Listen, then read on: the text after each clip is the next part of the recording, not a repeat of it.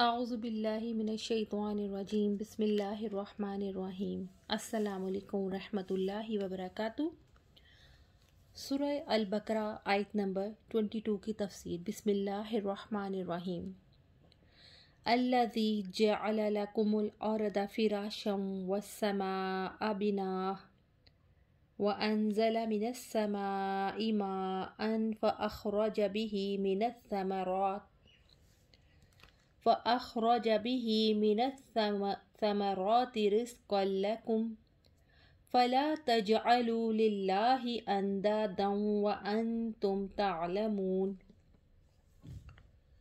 وہ ذات جس نے تمہارے لیے زمین کو فرش اور آسمان کو چھت بنایا اور آسمان سے پانی نازل کیا یعنی بارش، پھر اس نے تمہارے رزق کے لیے کئی طرح کے پھل پیدا کیے، چنانچہ اگر تم یہ جانتے ہو تو اللہ تعالیٰ کا کوئی شریک نہ بناؤ۔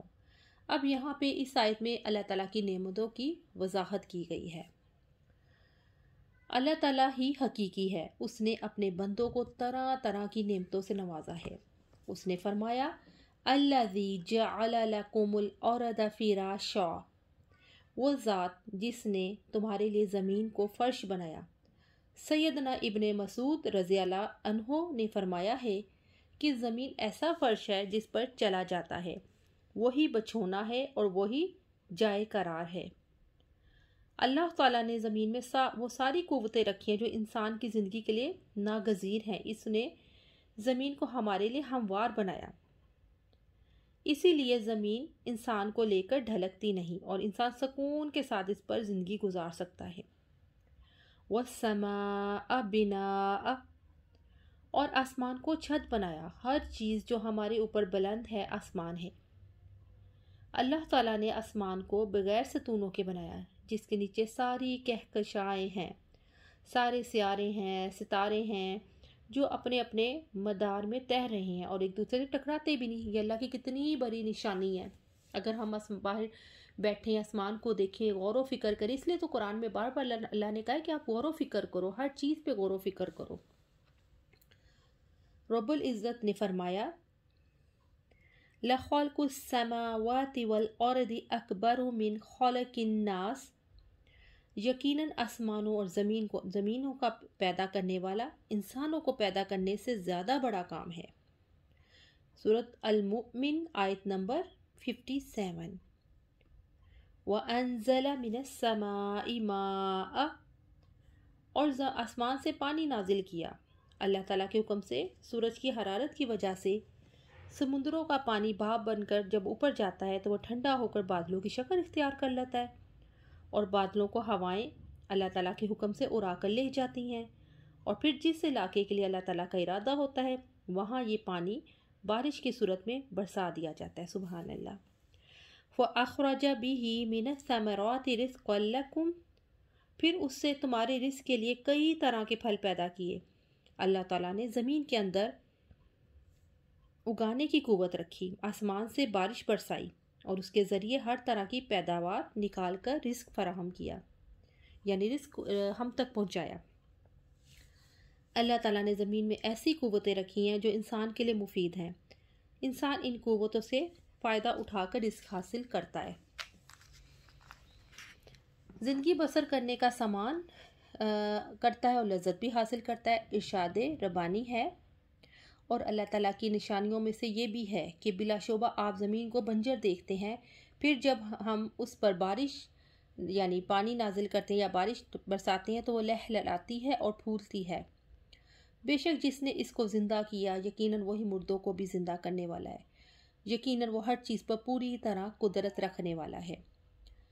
فَلَا تَجْعَلُوا لِلَّهِ أَنْدَادًا، تو اللہ تعالیٰ کا کوئی شریک نہ بناؤ۔ اس سے مراد یہ ہے کہ عبادت کی مختلف اقسام میں سے اللہ تعالیٰ کے سوا کسی اور کی عبادت نہ کی جائے، کیونکہ اس کے سوا کسی اور کی عبادت شرک ہے۔ مثلاً اللہ تعالیٰ کے آگے دعا کے لیے ہاتھ پھیلائے جاتے ہیں تو اللہ تعالیٰ کے ماں سوا دوسروں کے آگے بھی ہاتھ پھیلائے جائیں۔ اللہ تعالیٰ کے آگے سجدہ ہو تو اوروں کے آگے بھی سجدے کیے جائیں، یہ سب شرک میں آتا ہے۔ اللہ تعالیٰ کے لیے قربانیاں دی جائے تو اوروں کے نام پہ بھی قربانیاں دی جائیں، اور اللہ تعالیٰ کے مال خرچ کیا جائے اللہ تعالیٰ کے لیے تو اوروں کے لیے بھی مالی قربانیاں پیش کی جائیں۔ جیسے اللہ تعالیٰ سے محبت کرتے ہیں ویسی محبت کسی سے نہ کرو، صرف اللہ سے کرو۔ جیسے اللہ تعالیٰ پر توکل کرتے ہو ویسے ہی بھروسہ کسی اور پر مت کرو۔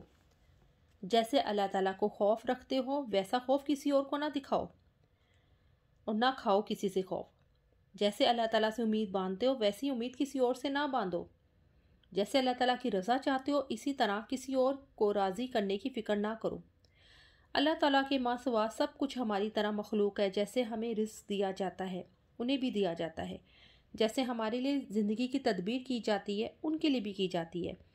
اللہ تعالیٰ کے ماں سوا کوئی بھی زمین و آسمان کے ایک ذرے کا بھی مالک نہیں، نہ کوئی نفع پہنچا سکتا ہے نہ نقصان۔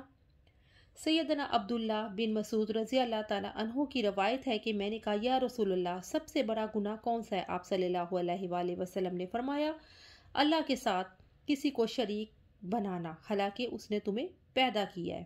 یہ بخاری کی روایت ہے 601۔ سیدنا معاذ بن جبل رضی اللہ عنہ سے روایت ہے کہ مجھ سے رسول اللہ صلی اللہ علیہ وآلہ وسلم نے فرمایا اللہ تعالیٰ کے ساتھ کسی چیز کو شریک نہ کر، خواہ تجھے مار ڈالا جائے یا جلا دیا جائے۔ یہ مسند احمد 22425۔ وَأَنْتُمْ تَعْلَمُونَ، اور جب تم یہ جانتے ہو، یعنی سیدنا ابن عباس رضی اللہ تعالیٰ عنہ اور قتادہ رحمۃ اللہ علیہ نے کہا ہے کہ تم جانتے ہو اللہ تعالیٰ تمہارا خالق ہے۔ مجاہد رحمۃ اللہ علیہ نے کہا تم جانتے ہو کہ اس کا کوئی شریک نہیں، تم سمجھتے ہو تو اپنے علم سے سمجھنے میں مدد لو۔ آپ کہہ دیں کون تمہیں آسمان اور زمین سے رزق عطا کرتا ہے، یا کون ہے جو کانوں اور آنکھوں کا مالک ہے، اور کون زندہ کو مردہ سے نکالتا ہے اور مردے کو زندہ سے نکالتا ہے، اور کون ہر کام کی تدبیر کرتا ہے، تو جلد ہی وہ کہیں گے اللہ تعالیٰ کو ہو۔ تو کیا تم ڈرتے نہیں؟ سورہ یونس آیت نمبر 31۔ جب تم جانتے ہو کہ وہ خالق ہے رزاق ہے، پھر کیسے اللہ تعالیٰ کے سامنے دوسرے معبودوں کی عبادت کرتے ہو؟ کوئی انسان ایسا نہیں ہے جو پھلوں میں مٹھاس پیدا کر دے، کوئی انسان ایسا نہیں ہے جو پانی کو سمندروں سے خشک کر کے یا بخارات بنا کر اوپر لے جائے اور بارشیں برسا دے، کوئی ایسا نہیں جو زمین کے اندر یہ صلاحیتیں پیدا کر دے۔ پھر کسی اور سے دعائیں کیوں مانگتے ہو؟ پھر کسی اور کو سجدے کیوں کرتے ہو؟ پھر کسی اور کے لیے قربانیاں کیوں کرتے ہو؟ پھر تمہارے تصور میں کوئی اور بڑا کیوں ہے؟ پھر کسی اور کے سامنے کیوں جھکتے ہو؟ پھر کسی اور کی کیوں مانتے ہو؟ یہ آیت وجود باری تعالیٰ کی بڑی مضبوط دلیل ہے۔ زمین و آسمان کی مختلف شکلیں، مختلف رنگ، جداگانہ مزاج، جداگانہ منافع، ہر چیز کا مفید و خاص حکمت پر مبنی ہونا خالق کائنات کے وجود کا ثبوت اور اس کی ہمہ گیر قدرت و حکمت کا زبردست غلبہ کی نشانی ہے۔ ایک دیہاتی سے اللہ تعالیٰ کی وجود کی دلیل پوچھی گئی، بولا اونٹ کی مینگنی اونٹ کو اور اس کے قدموں کے نشان اس کے گزرنے کو بتاتے ہیں، پس یہ برجوں والا آسمان، یہ راہوں والی زمین اور یہ موجوں والے سمندر کیا ایک باریک بین و خبردار خالق کائنات کے وجود کو نہیں بتلاتے؟ یہ تھی ہماری آج کی تفسیر آیت نمبر 22 کی۔ انشاءاللہ کل ہم آیت نمبر 23 کی تفسیر کریں گے۔ السلام علیکم ورحمۃ اللہ وبرکاتہ۔